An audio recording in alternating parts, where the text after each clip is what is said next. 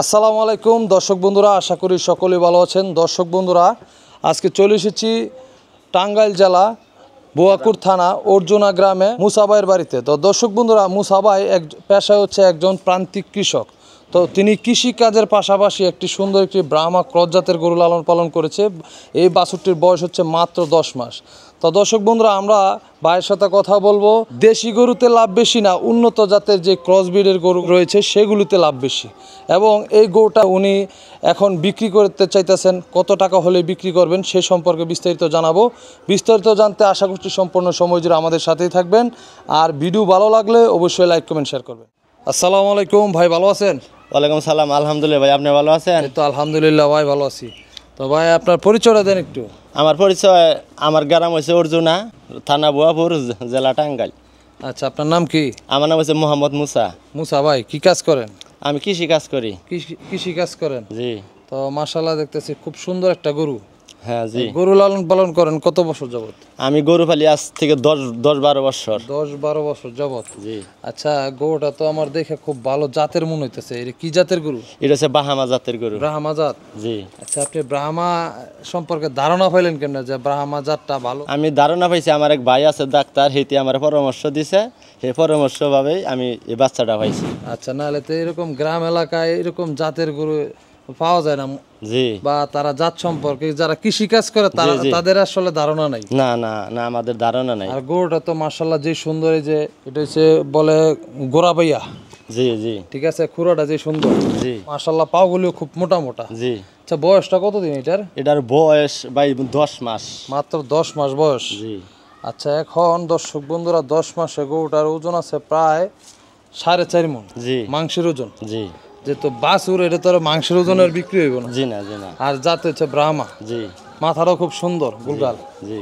আচ্ছা, এই গরুটা কি আপনার বিক্রি করার চিন্তা ভাবনা আছে? জি হ্যাঁ আছে। আচ্ছা, এখন বিক্রি করবেন না কুরবানির পরে বিক্রি করবেন? এটা কুরবানির পর বিক্রি করব। কুরবানির পরে বিক্রি করবেন? জি। আচ্ছা, যদি কোনো ভাই এখনই দরদাম করে যদি বিডু ছাড়ার পরে নিতে চায়, তা আপনি কি বিক্রি করবেন? হ্যাঁ হ্যাঁ, আচ্ছা, বিক্রি করব। তা এই গরুটা আপনি কোন গরুর মধ্যে ক্রস করছিলেন?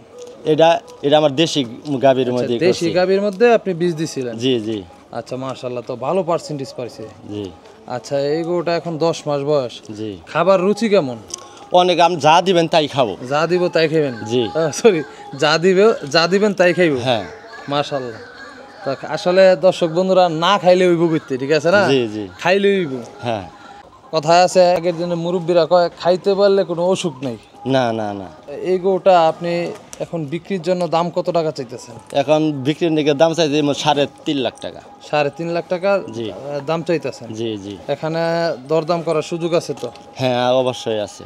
আচ্ছা, এই গরুটা যে লালন পালন করতেছেন, হ্যাঁ, এই 10 মাসের ভিতরে কোনো অসুখ বিসুখ, কোনো না না না, সমস্যা? আল্লাহ করে কোনো সমস্যা হয় আল্লাহ না। দিলে কোনো সমস্যা হয়েছে না? না না। আর গরুটাকে আপনি কি কোন সময় ঘর থেকে বাইরে বের করেন না?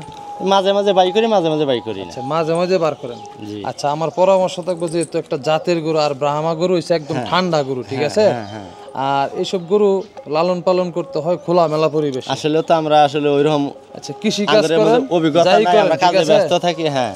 আচ্ছা, এরকম একটা বড় এগুলি তো মনে করেন যেই নিবে, আপনার ধরেন 2 বছর 3 বছর লালন পালন করলে তাহলে যা একটা মাশাআল্লাহ একটা গরু হইব। হ্যাঁ। তো তখন এটা শান্ত স্বভাবটা থাকবো না। হঠাৎ করে ঘর থেকে বাইরে বের করলে গরুটা একটু ছুটাছুটি করবো, একটা অ্যাক্সিডেন্ট হওয়ার সম্ভাবনা থাকে। হ্যাঁ। তো এটা যখন একটা নিয়মিত একটা অভ্যাস থাকবো, তখন কিন্তু এটা এই অ্যাক্সিডেন্ট হওয়ার সম্ভাবনাটা থাকবে না। জি জি। মাশাআল্লাহ, দামটা সুন্দর চাইছেন। ব্রাহ্মা ক্রস। দর্শক বন্ধুরা, আপনারা যারা খামারি ভাই আছেন, আপনারা গরুটার আইসা দেখবেন। মাশাআল্লাহ, খুবই সুন্দর একটা গরু।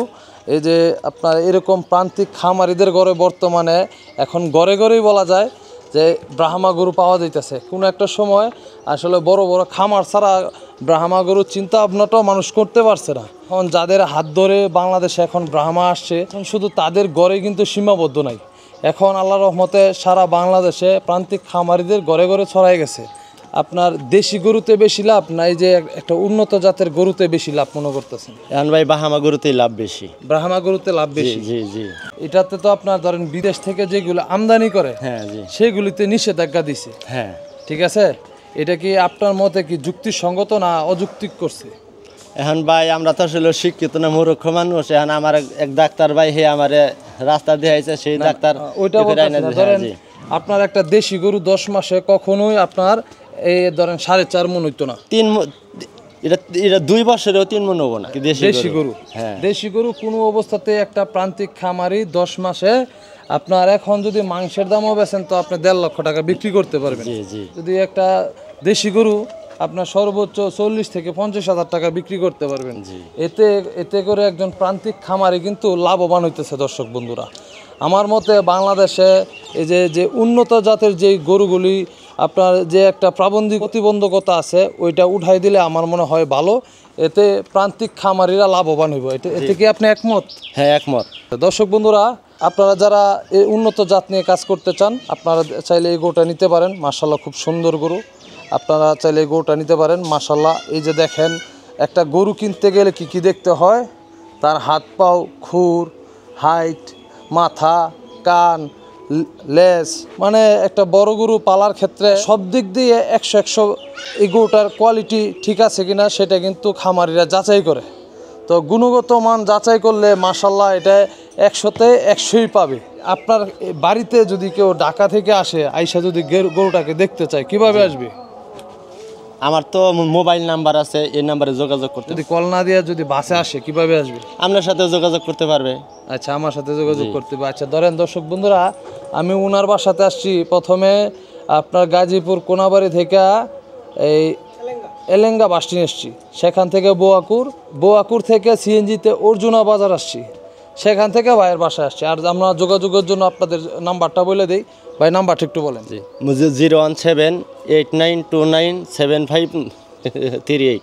আচ্ছা, এই নাম্বারে যোগাযোগ করলে দর্শক বন্ধুরা আপনারা এই সুন্দর গরুটাকে সংগ্রহ করতে পারবেন। দর্শক বন্ধুরা, যারা ষাঁড় গরু পালে, আমি একজন ভেটেরিনারি সার্জনের সাথে একবার একটু তর্কে লিপ্ত হয়েছিলাম যে ব্রাহ্মা গরু নিয়ে, যে ওনারা যে বলতেছে ব্রাহ্মা গরু যারা লালন পালন করবে, যদি বাংলাদেশে ব্রাহ্মা গরু অনুমোদন দেয় তাহলে আর গাভীর সেক্টরটা ধ্বংস হয়ে যাব, যে গাভী আর কেউ পালবো না।